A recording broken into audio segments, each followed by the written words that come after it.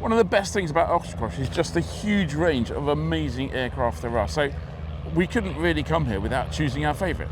And there's 10,000, over 10,000 to pick from, so there's a pretty good chance that we're going to have some fun choices. We meticulously went through every single one of those 10,000. That's it. And came up with our choice. And slimmed it down to these aeroplanes. Let us know in the comments whether you agree, disagree, or whether you've got your own favourite. 10, visibility 10. Be cloud at 4,800. Not left of it, not right of it. Look out your windows. Good rock, good rock. Turn right, east, due east over the east. Welcome to Oshkosh. Now I love a single-seater, and this is possibly one of the nicest ones I've seen. Having recently flown an open cockpit one, I just want to fly more of them. And this 1930s Bu Pup is absolutely beautiful. It's got a 45 horsepower, 3-cylinder radial, and I mean, just look at it. I don't need to say any more.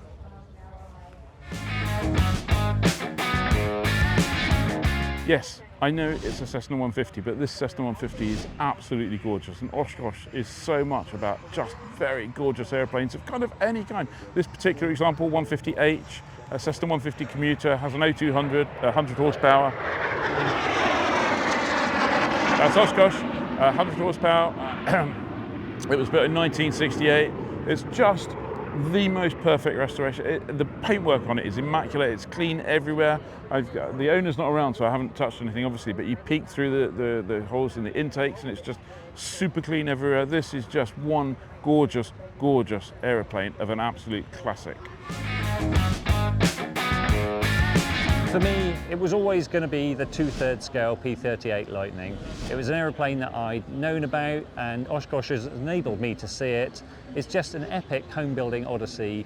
Over 20 years, tens of thousands of hours of engineering and construction, and it's resulted in a thing of really, just beautiful craftsmanship. And to see it here and just recognise what it represents, one man's brilliance in home building, and just the way the crowds have been reacting to it, just I think makes my choice a really good one. Surprising no one, if I had to pick a favorite airplane here at Oshkosh, it would be the 10,000th Cirrus. So this is the 10,000th SR Series that we've ever made. Is serial number 10,000, and let me tell you a couple unique things about it. The first thing that you'll notice is the paint. So there's 4 different colors of paint on the airplane. That means a lot of time in the paint booth. There is no vinyl decals anywhere. Everything on the airplane is painted except the logo. The paint that you'll see, some of it's metallic, but we did something brand new with this 10,000th edition with matte paint. So the blue and the white paint are actually a matte paint, and it has a really, really cool effect. The next thing that we did is we made a little detail on the wingtip, because every pilot that's flying around and takes pictures out of their airplane puts the wingtip in the picture. So for Wingtip Wednesday, we added a fun little detail that just says, hey, this is the 10,000th airplane.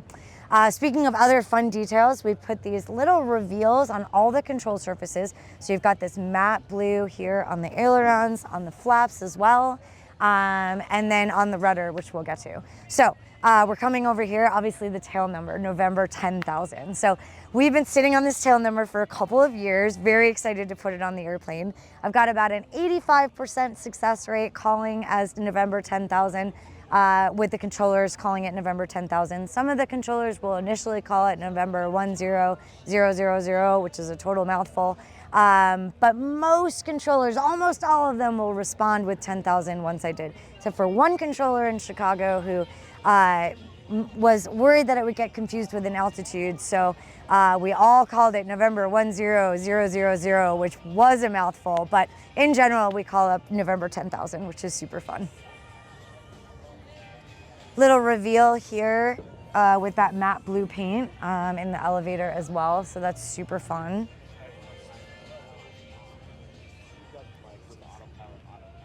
And really, one kind of cool thing, I mean, maybe it's obvious, but the serial number under here. Maybe you can't see it, I'm not sure, but it is serial number 10,000, November 10,000. It's just like a really super cool, special plane. But I think probably the most special thing about the plane is that our co-finder, Dale Klapmeyer, actually signed the inside of the oil door. All right, so let me show you the inside. Unlock it with the key fob, which is pretty fun.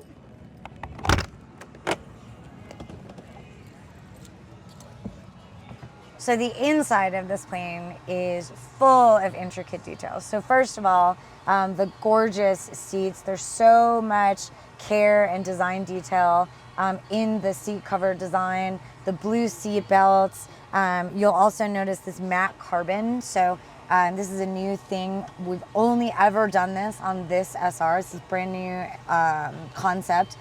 So beautiful matte carbon accents all over the place here in the center console, up here on the surfboard, just throughout the whole flight deck. All these details.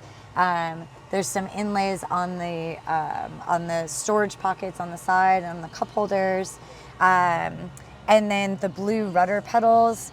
We've got painted yokes that are exclusive to this airplane only. And then some other fun details on the inside of the phone pocket. There's Dale Klapmeyer's signature stitched right in the pocket.